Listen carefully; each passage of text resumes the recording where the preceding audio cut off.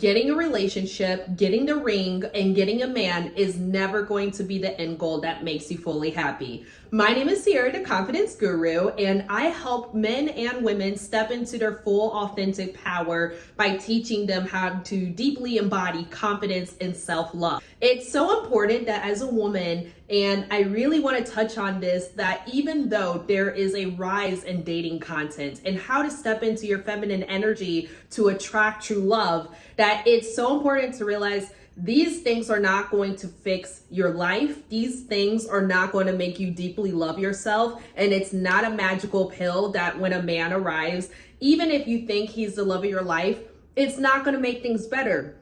And there were some alarming comments that I got on my videos the other day, on one in particular where I was discussing how a woman's past, whether how many men she's been with or what route she's chosen to go down, if she chooses to, explore intimacy, maybe outside of a relationship, or even if she chooses not to do that, neither path determines her worth, and you have limitless options for how you want to explore your divine feminine power.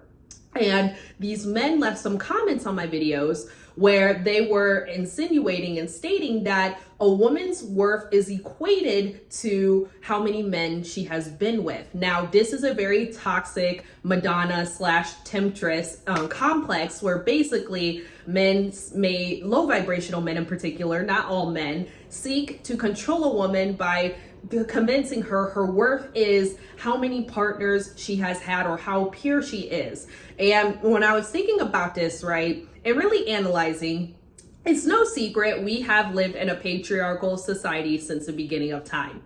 But I also was starting to notice and think back upon female friendships I've had, conversations I've heard about dating lately, and I realized a lot of women still center men and uphold these patriarchal ideas. And it kind of fuels this toxic narrative that a woman needs to conform her identity, her life around a man and seeking external validation.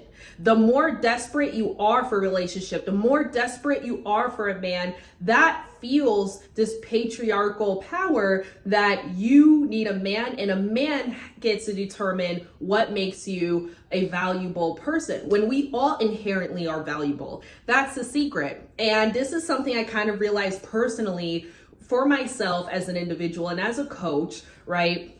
The term high value woman and high value man that has become popular in the recent years. And I was using these terms like as hashtags and whatnot.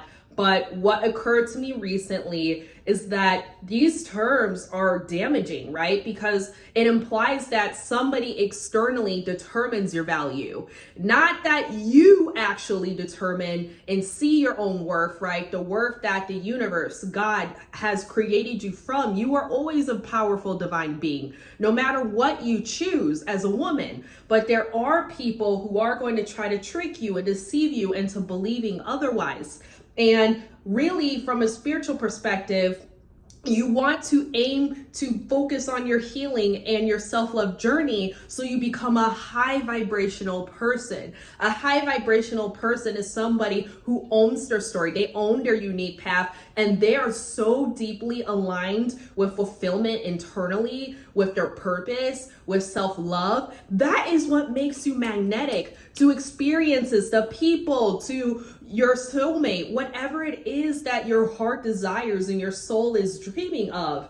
And what's happening is, and I've noticed this amongst women, but before I get into this, I do want to also mention, if you enjoy my channel, watching the Sierra, the Confidence Guru videos, please subscribe, please follow, and please share this video and engage, because it does help support me. And I enjoy seeing what people are talking about. And that tells me as a confidence coach and also as a creator, how I can better support my community.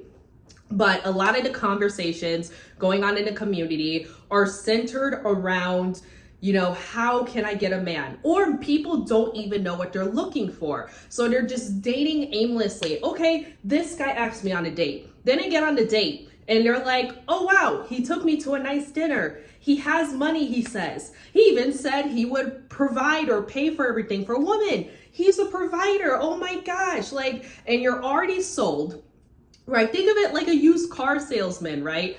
you're already sold, right? First, you're almost like you don't even know what you're really getting. They're selling you a fantasy. But two, you don't even know what you're looking for. So you're not asking the right questions. You're not really vetting these people. You're not taking your time to get to know them, their values, their vision. And you know what's the deeper thing? I'm like even, feeling intuitively to say this. You don't even know what you want because you haven't met yourself that deeply. You don't even know who you really are. So you can't even begin to know who would align with you.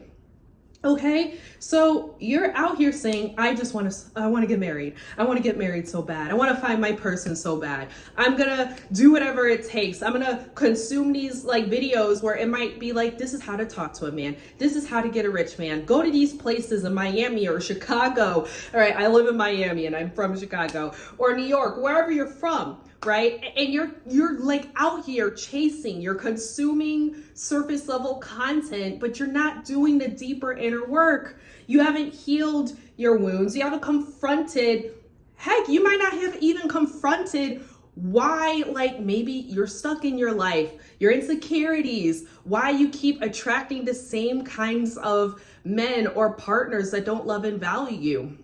Or maybe, you have a lot of shame or guilt maybe around who you really are. Maybe there's a dream of yours you have not pursued openly, right? That's a part of yourself maybe you're shunning. Well, guess what? Like that also means you're not presenting as your full authentic self. So these are just some examples.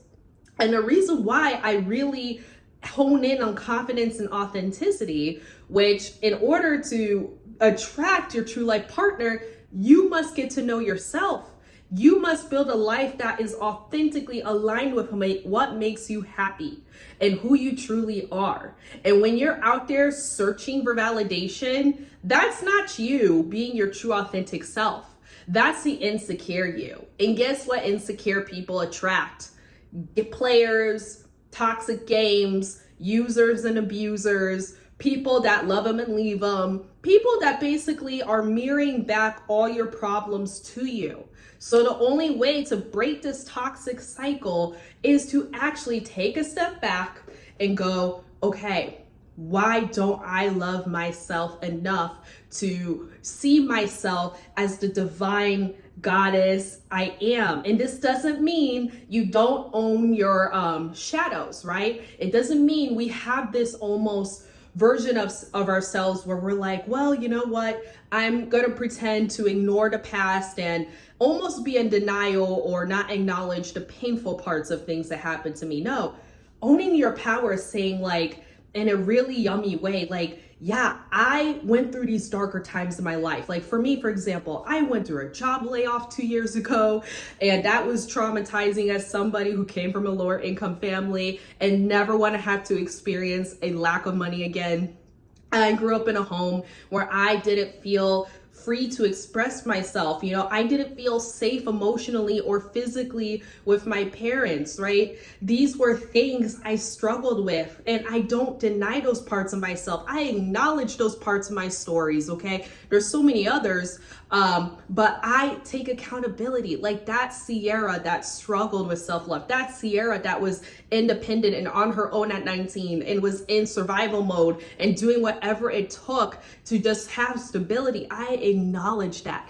All those versions of myself made me who I am. The Sierra that stayed single and explored, passion and romance in a way that felt good to her and allowed her to become go from girlhood to womanhood.